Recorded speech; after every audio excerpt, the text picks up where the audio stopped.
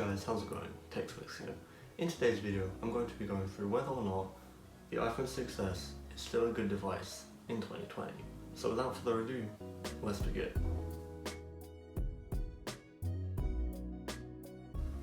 Okay, so the iPhone 6s was announced all the way back in September of 2015, meaning that now in 2020 it's almost a 5-year-old phone. And of course, in the last 5 years, smartphones have changed immensely, going from this to this.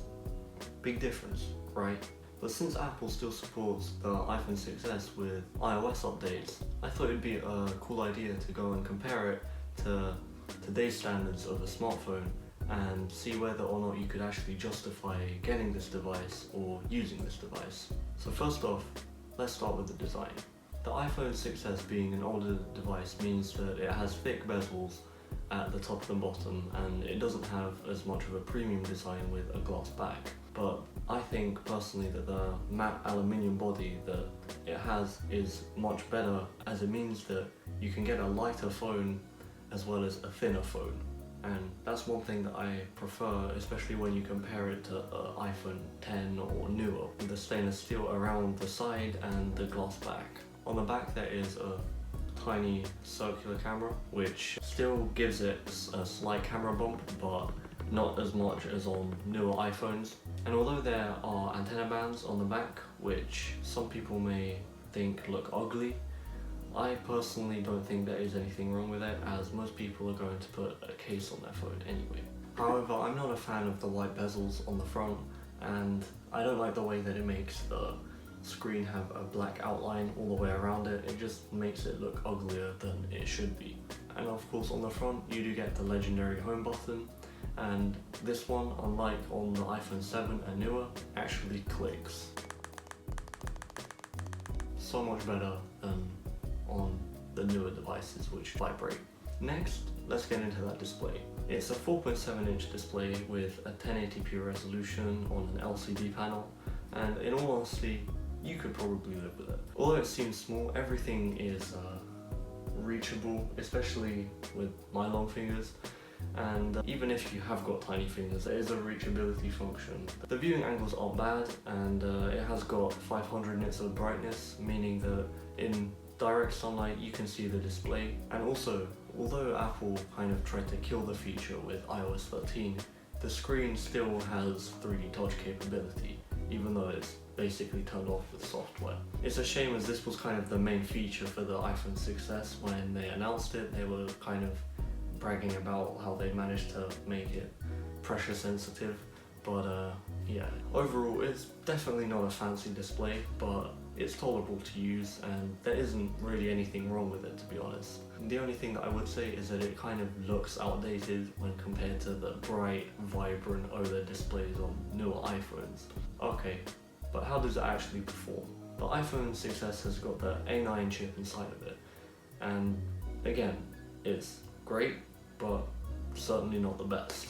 It's not crazy fast like the newer iPhones, but you could probably use it. Touches are quite responsive, and apps will open fast enough, meaning that there is not that much of a significant delay. Multitasking is still pretty good, as apps will remain open if told to do so, and switching between them still is pretty fast.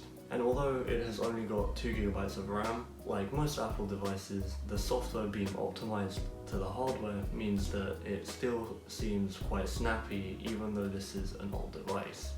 Next, let's talk about that camera. It is the one area where the iPhone 6s starts to show its age. On the back it has a 12 megapixel standard wide camera, as well as on the front it has a 5 megapixel selfie camera. And yeah, the quality isn't too bad, but it's not the best in dark conditions or indoors. It's better when it's outside and there's plenty of light for it to actually capture a half decent photo. There is a 5x digital zoom on the camera, and again, it's good, but certainly not the best. It gets grainy pretty quickly. I'd say if you're using the camera just to take photos to post on Instagram or any other social media, I'd say that the camera's fine, because social media and stuff, they all compress photos anyway, making even the newer phones' cameras have a worse quality than they actually do. The video on this is actually okay. It can shoot at 1080p on both cameras on the back and the front, and the stabilization is meh when compared to today's standards in a smartphone. If you shake your hand too quickly, it will remove any concept of smooth that you may have considered was there, and as you can see in the video, my footsteps cause the thing to shake and make the video less smooth than, say, on the iPhone 10 or the iPhone 11 Pro. One cool thing about the rear camera though is that it can shoot 4K 30 FPS, meaning that you can get some crispier videos than you would with just standard 1080p. And yeah, although the stabilization is not the greatest, it's still okay. It has got one bottom firing speaker on the bottom, which in itself is pretty good, but it being at the bottom means that when you go and watch videos, it's easy to kind of cover it with your finger. It's not the same as having a dual stereo setup with, like on newer iPhones, but in itself it's fine. It gets quite loud and the quality of the audio is okay. It's not anything special again, but it works. However, one thing that may make this device desirable to some people, it has a headphone jack. If you're one of them people that lives by the headphone jack and refuses to switch to wireless, I'm afraid this is the only iPhone that actually has a headphone jack. Personally, when I switched to an iPhone without a headphone jack, I didn't really see it as much of an issue. There are times when you want your headphone jack back, but they're not as frequent as you may think. I think it's more of a bonus nowadays than an actual feature that you should prioritize over the display or the battery or the camera. And talking about battery, it's pretty meh as well. With a 1750 mAh battery, I'm not going to even try and say that this device has a good battery. It can last most of the day depending on usage, but I woke up this morning and this phone had 50%, and now after not really using it at all, just maybe turning the screen on here and then and opening an app, it's on 25% and I've barely used it. You shouldn't have to charge your phone more than once in a day, and I'm afraid that that's kind of what you would have to do with this device. I find that it struggles the most, especially when watching video or using the internet, but even if you just leave it in standby, it kind of just drains for no reason.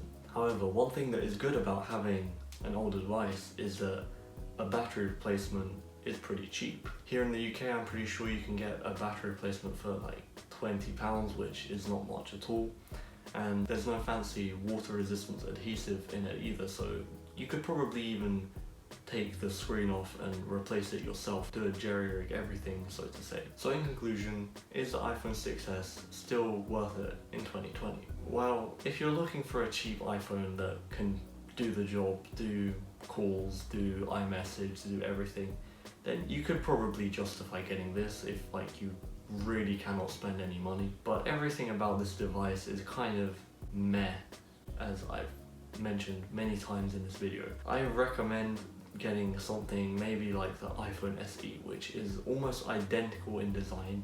It has a more premium finish, it has a glass back, it has a better camera, it has a faster chip inside of it, and it's more likely to be supported via software for more years. Even if you don't want to get the iPhone SE, at least maybe even consider an iPhone 8 or an iPhone 7, as they are also slightly newer and they cost around the same thing. The iPhone 6s is around £130 and the iPhone 7 or 8 is around £150 to £200, and then the iPhone SE is £420, which, I mean, I would probably rather spend that slight bit more and get a device that's likely to be supported for longer than get the oldest, cheapest one possible and then not be able to get the latest software updates and so on. The iPhone 6s, it was a great device, but its time has definitely come. And that's it for this video.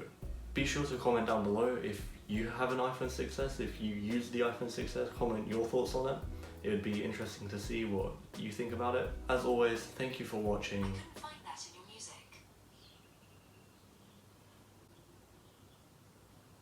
Make sure to give this video a thumbs up if you enjoyed it, and if you're new here, be sure to subscribe and hit the notification bell, as I would really appreciate it and it also helps the channel out. This is TechTwix here, and I'll see you next time. Peace.